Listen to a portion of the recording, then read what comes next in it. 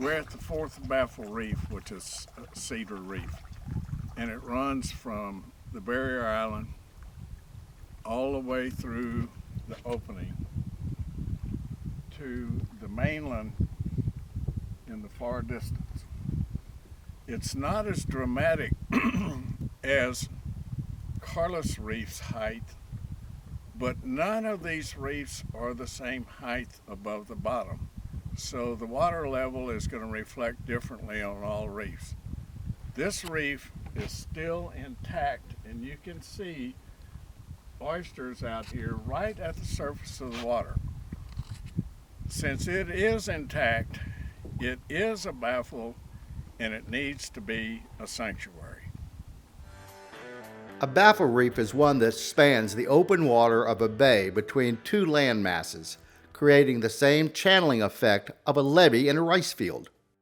A prime example of a baffle reef is Cedar Reef, which spans the bay between San Jose and Bloodworth Islands. It's the most intact component within the system of 5 baffle reefs that we are trying to protect.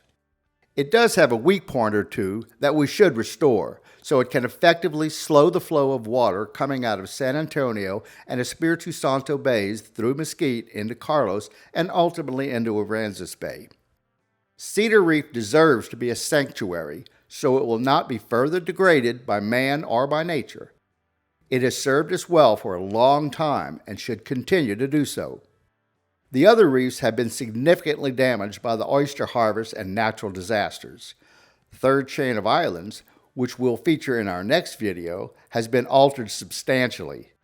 This reef is key to slowing the water movement from Mesquite Bay directly into Carlos Bay.